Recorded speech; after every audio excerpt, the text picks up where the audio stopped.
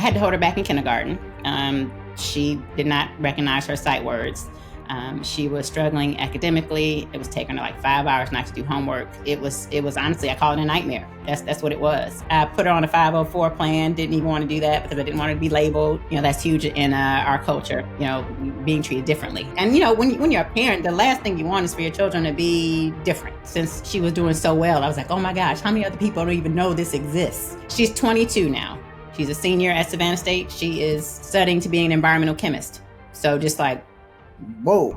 Welcome, everybody, to Real Brain Talk with Dr. Kai and Dr. Ken. We're excited for another episode, and we would like to welcome a very special guest, chiropractor. It's our first chiropractor, which we've been waiting for a chiropractor to come on as our guest. So thank you. Welcome, everybody, Dr. Candace Holmes. Thank you for having me to the show. So I'm so glad you're with us today. This is going to be a really awesome podcast. I'm sure you've got a lot of interesting things to tell us, but let's go ahead and just begin with a little bit of your background, how you got involved with neurofeedback and things like that. Sure. So my oldest daughter was diagnosed with ADHD when she was 7. And the only option I was given by the psychologist who worked with her after about 12 or 15 visits was, are you sure you don't want to put her on medication? I was like, I'm positive I don't want to put her on medication. That's why I chose you as a psychologist, not a psychiatrist. So we're not doing that. And so I didn't find out about neurofeedback until she was 13. And actually, there was an article that was in Chiropractic Economics that you wrote, and that's how I found out about neurofeedback. I'm like, oh my gosh, there's something else that doesn't include, medication. What is that? And that's how I found out about neurofeedback. And how long ago was that, Candace? 13 years ago. Nope. That's 9 years ago. Excuse me. 9. Yeah, almost 10. Almost a decade. I've been doing this almost a decade. So you're one of our OGs of Brain Core. Yes, live right here, right with us. Early on. Yes. And thank you so much for writing out our article. It has totally changed the trajectory of my daughter's life and my whole family's life. So thank you for that. Oh, it's wonderful to hear. Thanks for saying that. Yeah, why don't you tell us about that? I mean, why don't we dive in a little bit and then we'll come back. Okay, first of all, I was in denial. You brought it up. When she got the diagnosis, I was in pure denial. No one in my family had that. So I'm like, what are you talking about? And I checked everyone. I called all my cousins, all my aunts, all my uncles, everyone. No. And then one day it occurred to me, I'm like, wait a minute. My daughters have a dad, so let me check his side of the family.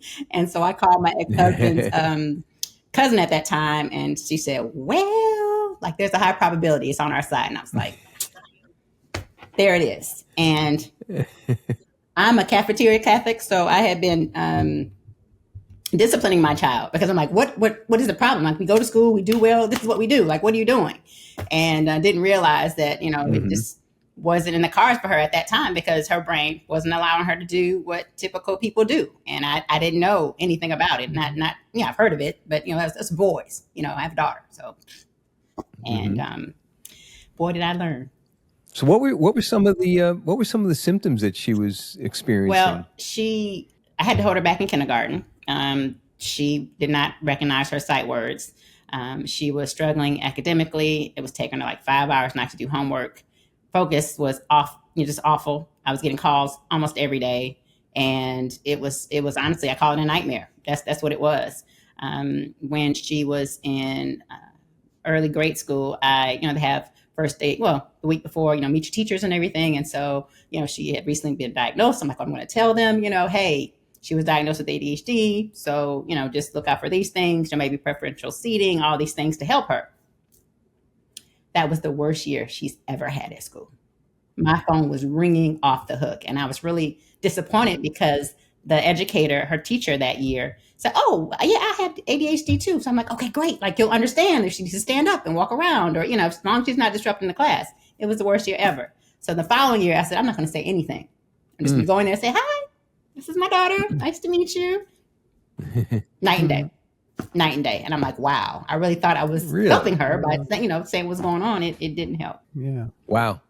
So that must have been a really hard year for you. Woo. I say hard 13 years. It was very hard because I had taken her to a naturopath who, worked with a remedy, and the naturopath told me, until she gets to, or when she hits puberty, it's going to change. Everything's going to change. And I'm like, she'll be fine. Everything changed. Everything changed. And so Hey, It took her about 5 hours a night every night to do homework. And her younger sister is gifted and accelerated. So I always tell people have like yin and yang. And I'm so thankful her younger sister is gifted and accelerated because I didn't have time to help her with anything. I mean, as soon as I got out of work, then I picked them up, had to make dinner, and then it was homework from 7 until midnight every night. And my daughter has a wonderful work ethic where both of them do, but this is the one we're talking about. She didn't want to go to bed without having her homework completed. I'm like, sweetie, you have school tomorrow. You have to sleep. Like, you have to shut everything down. And so, yeah, I put her on a 504 plan. Didn't even want to do that because I didn't want her to be labeled. That's huge in our culture. Being treated differently is something that we have to consider all the time. And so when middle school came and she was having such a hard time, I said, I got to put her on IEP or something just because, I need to do something to help. And one of the educators told me, like, I was a substitute teacher for 4 years during the recession in 2008. And she said, if your daughter needed a ramp, would you not build her a ramp? And I was like, that's a good point. Hey. I said, I built her the best ramp I could afford, Good point. And so it's hidden, it's a hidden challenge. And so it's invisible is what someone said. And so I put her on the IEP and had those accommodations, and it really helped her do better. She just started and then incorporated neurofeedback, and she just took off. I mean, I didn't have to help with homework anymore. I wasn't getting the calls. It was like, I was like, this is what it feels like. Like, this is great. So I want to kind of back up just a little bit. When you brought it to the doctor and he made he or she, I don't know if it was a he or she, made the diagnosis of ADHD. First of all, 2 questions. Were there any tests that they performed, like specific quantifiable tests that said, yes, this is ADHD?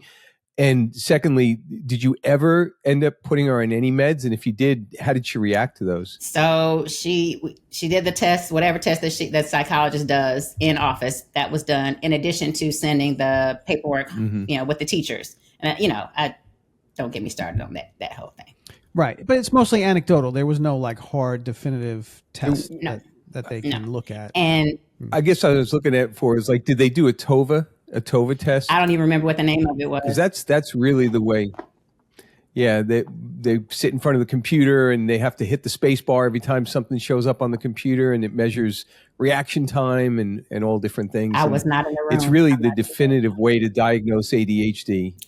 Unfortunately, a lot of ADHD is diagnosed, just like Ken said, anecdotally, where it's just like, oh, well, here's the symptoms. And they're like, all right, well, then she's got ADHD. Let's put her on a medication. Well, luckily, I'm wondering if on the map, if you saw traditional signs of ADHD, or was there a lot of anxiety mixed in? So according to, that's a good point. According to the mapping, her primary was an ADHD, the delta theta, and then the secondary was anxiety, which was pretty high too. And I didn't realize, like the anxiety was how it was, or how, Yeah.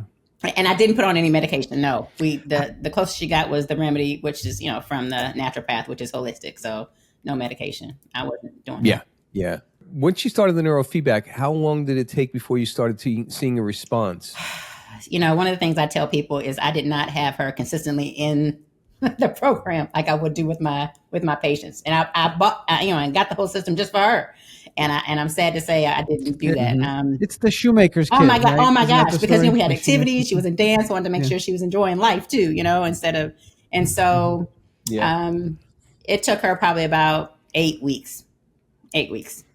And I was just noticing like the phone wasn't ringing, and I would ask her if she needed help with homework, and she's like, "No, mommy, I got it." And I'm like, "You got it?" Like. You sure? It's almost hard to believe. Right. So I was trying to hover, but not hover. Like, like, okay, and it just got better from there. She was having social challenges as well. She didn't have any friends. Found out she was being bullied. More of a social bullying. Like no one would sit with her at lunchtime. And then with neurofeedback, she started. It's very common with kids with ADHD. They get bullied all the time. Yeah. So Candace, so you primarily got this system to help your daughter. Then how did it work when you integrated it into your chiropractic? Well, honestly, since she was doing so well, I was like, oh my gosh, how many other people don't even know this exists? parents who were going through the same thing that I was going through. I'm like, I got to do something, just tell people about it. And so I integrated that into my practice and, started essentially getting the word out. Like, there's something out there that exists, that works well, that, has results that are long lasting and is drug free and non-invasive. Like, it's the best thing ever, and people are like, oh, what is that? So I love that people are interested. And I'm so thankful now that people are more open to more natural methods, to help and address mental health and wellness challenges, mental health challenges. Yeah. Yeah. And the chiropractic base, the chiropractic patient base is, a place where you'll find a lot of the symptoms and conditions that we address with neurofeedback, that you'll find them in that chiropractic base. Absolutely. So did you find that when you introduced it into your office, did you find that a lot of people were wanting to sign up and get a brain map and all that? After some more education, but yes. One of the interesting questions that I get quite often is, are you going to inject them with anything? And I'm like, no, we're not. I wouldn't do that with my own child. I wouldn't do it with yours. Is it going to shock them? Right. No, wouldn't do that with my child. Not doing it with yours. So I'm thinking they're, thinking, like back in the day, the shock treatments. I'm like, no, that's not non-invasive means it doesn't hurt. And said, no, I wouldn't do that. There's Right. nothing going out. Only it's only listening. Exactly. I would imagine, it's a whole different type of communication process for being somebody who's, it's actually changed your life. It's not like just any healthcare practitioner who's looking for a great modality that's going to help people, which which is what I did and fell in love with it. But it must be, comes really from your heart when you want to help somebody else, because firsthand how it's changed your and your daughter's Absolutely. life. I remember my youngest daughter told me one day, this is after her sister had quite a few sessions. She said, Mommy, you don't yell at her like you used to. And I was like, oh, I became a yeller. I'm frustrated. It's very stressful, parenting a child who thinks differently, who has challenges going on. And most people who aren't in it like that don't get it. I remember I would get so irritated when I would tell my ex-husband what our daughter was experiencing or some of the things she was doing. And he would say, well, she doesn't do that when she's with me.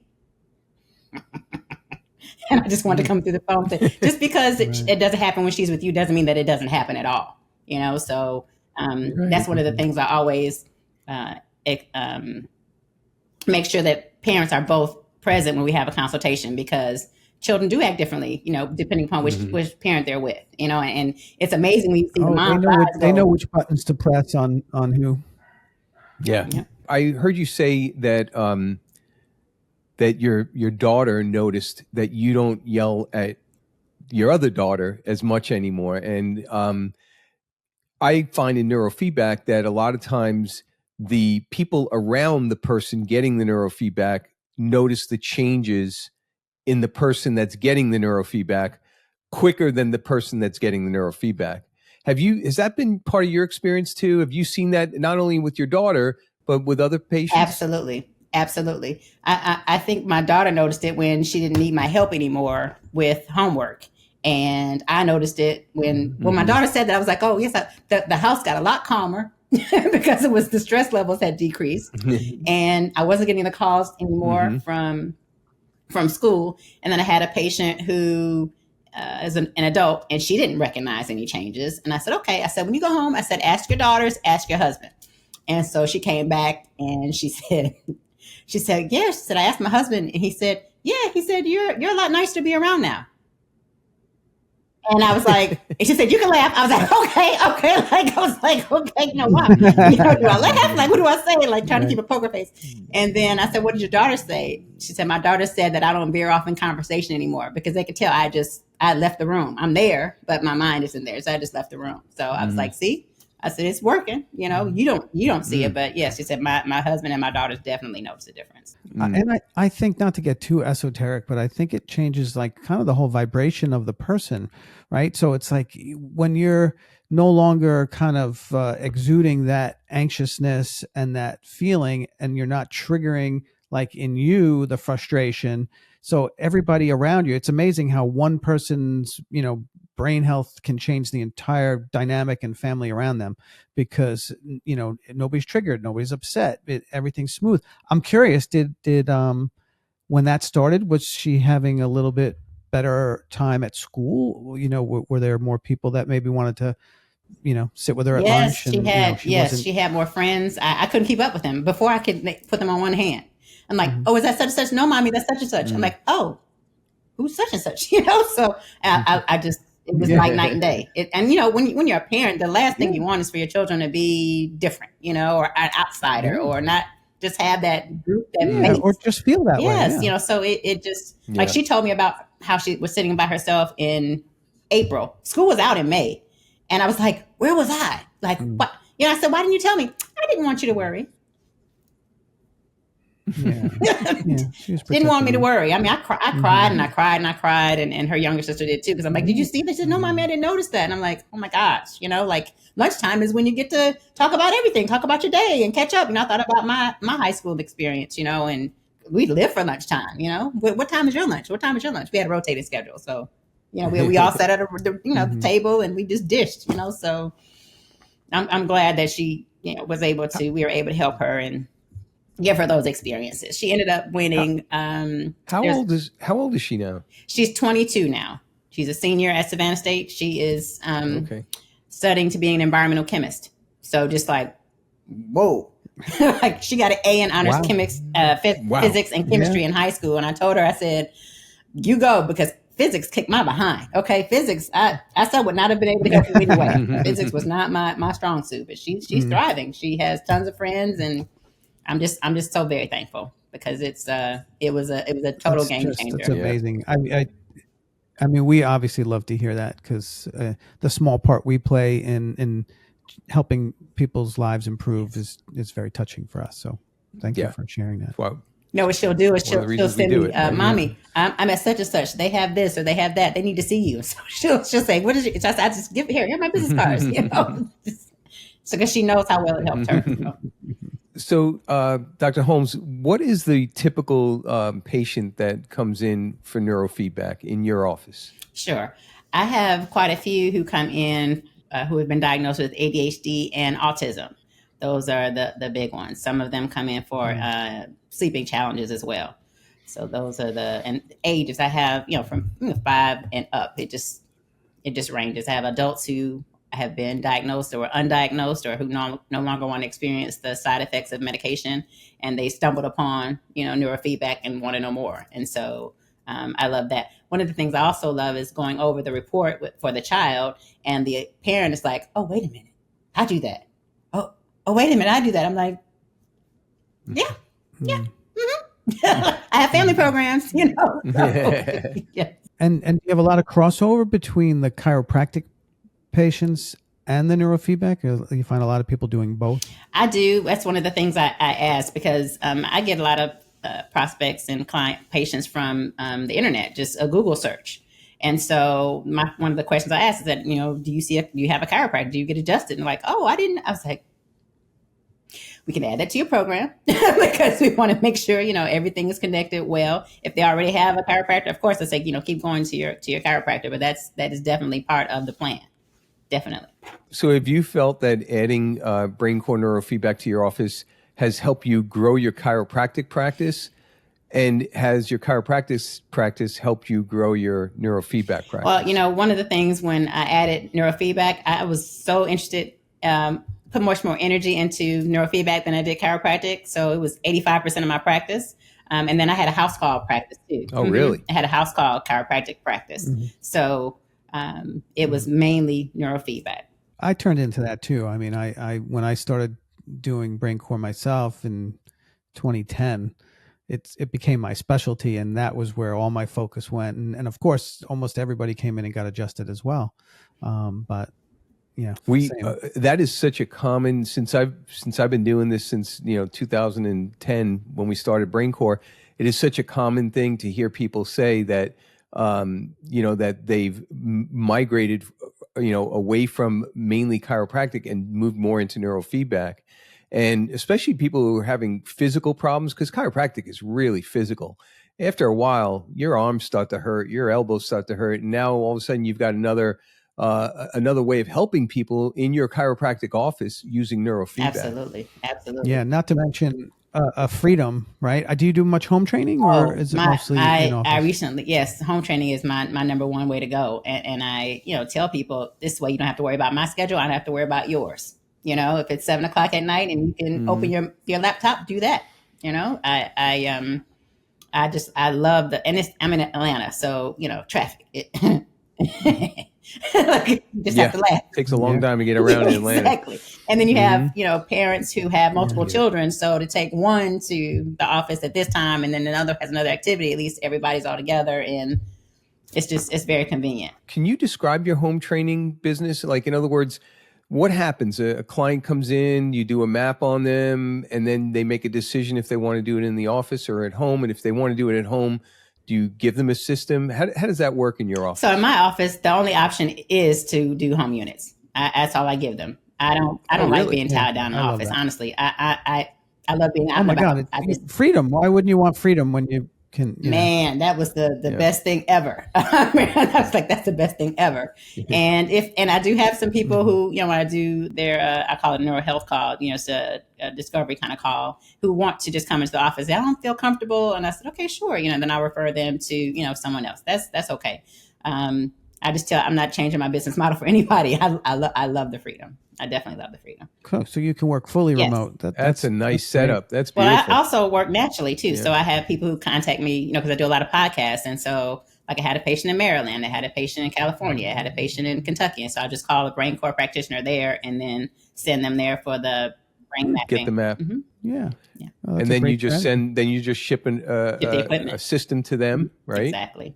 And then I meet with them. And then you can monitor them from you can monitor them from your office remotely. Exactly, which is lovely.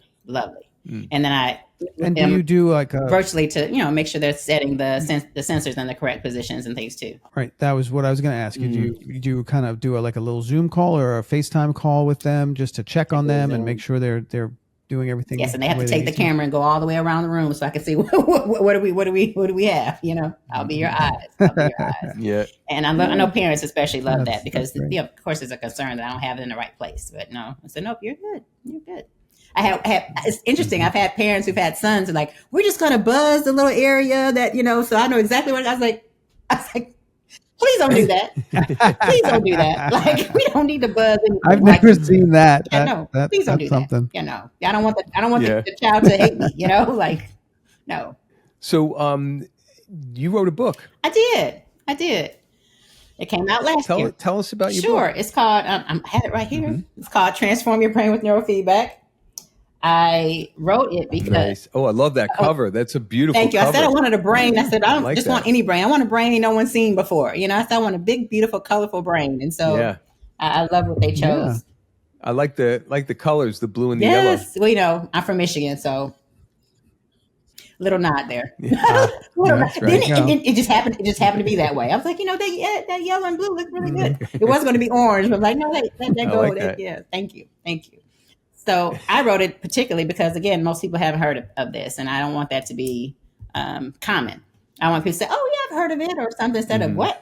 It kind of reminds me of chiropractic. Well, you do what? I don't want it to be like that. Yeah. So I wrote that, and I included I have about 10. I call them case stories in there instead of studies of patients that I've worked with and the successes that they've had, just to run the gamut on everything that neurofeedback is helpful with. And it's a lot. there are a lot of things.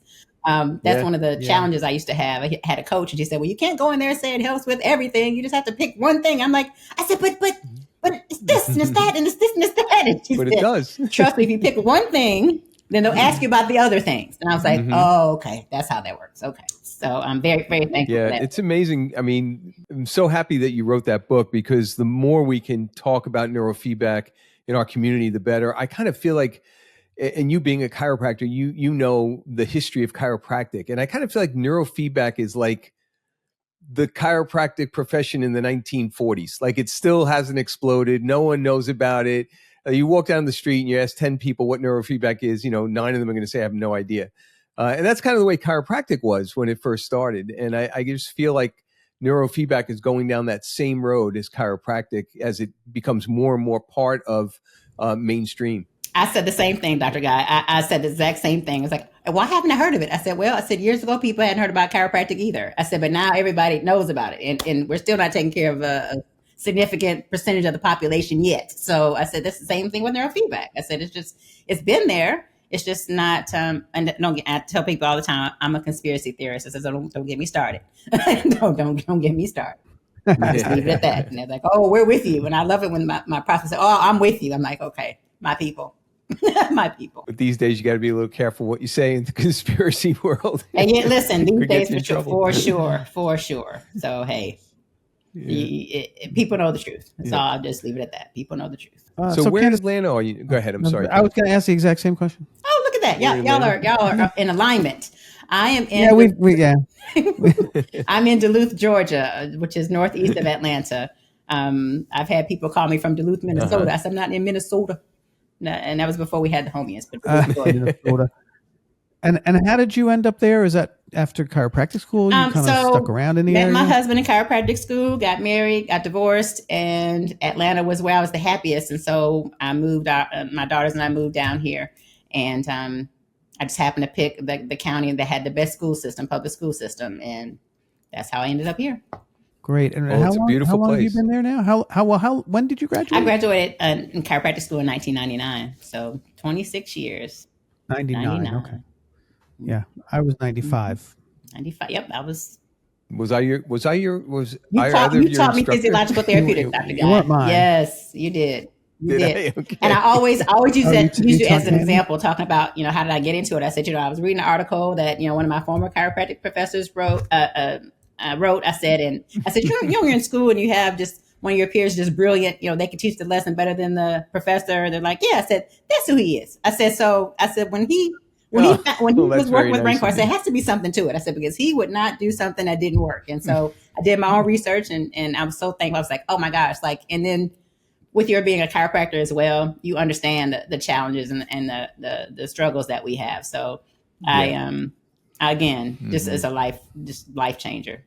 So thank you. So Candace, we're so impressed and so happy and thrilled to hear the success you've had with your daughter.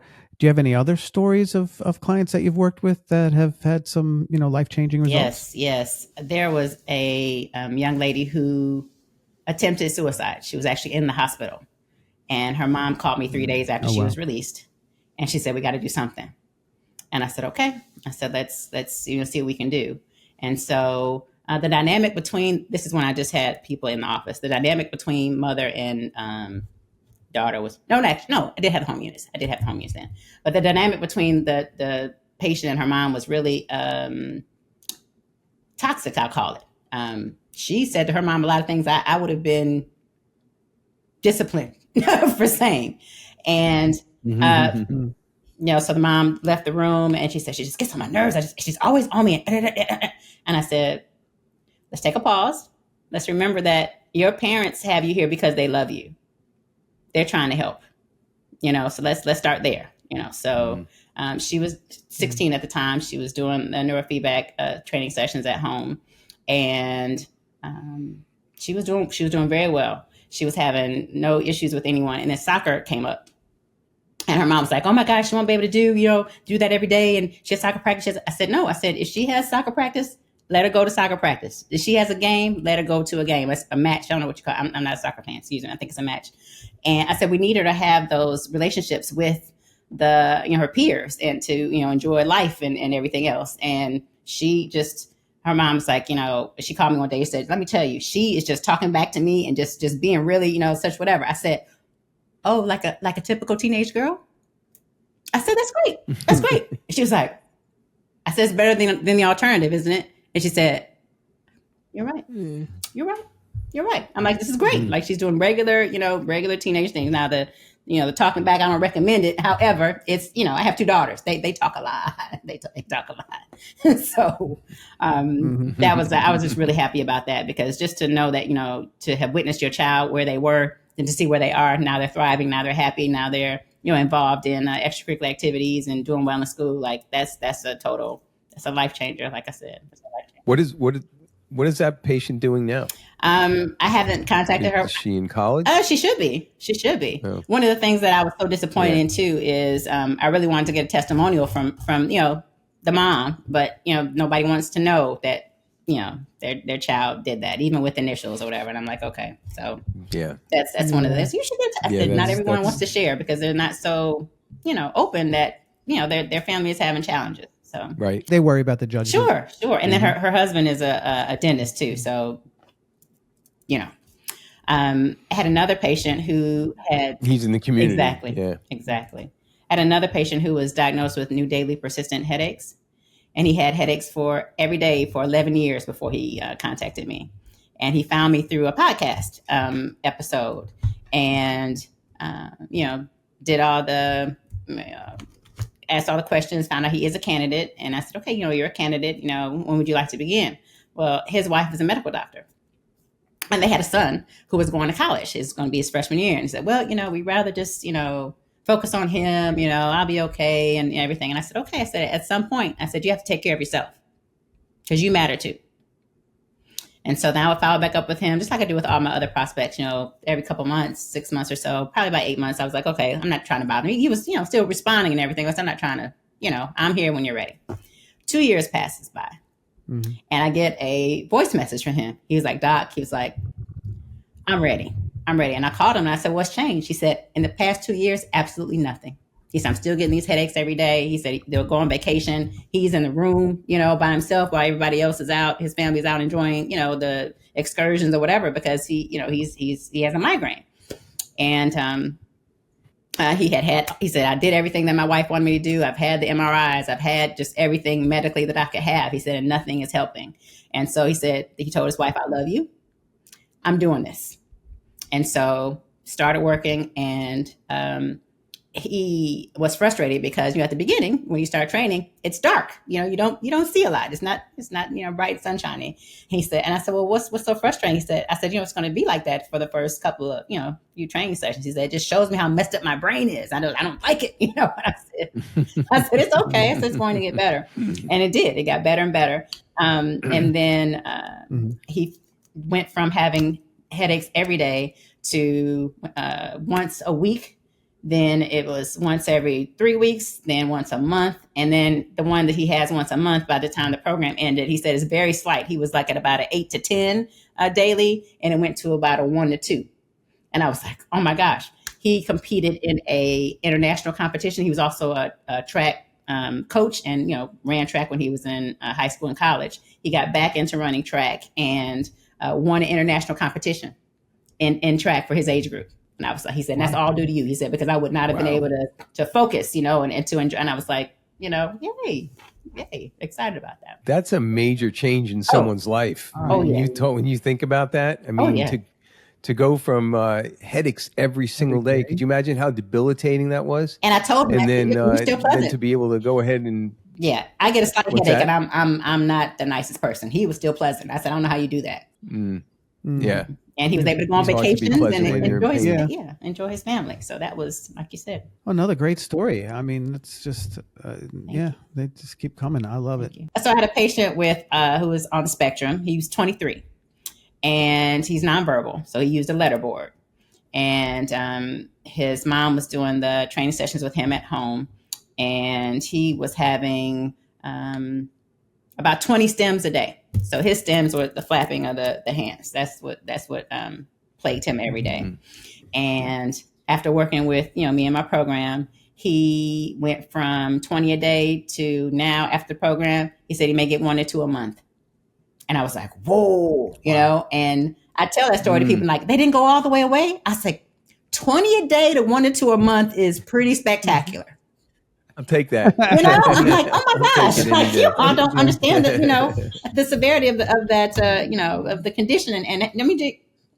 So yes, so I was happy about that. And then he came in and he communicated that, and I just started crying because I'm like, oh my gosh, like that's just phenomenal, just phenomenal. Yeah. Autism seems to be one of those conditions that, when there's a response, it's usually something that is changing not only the child's life, but it changes all the people around them.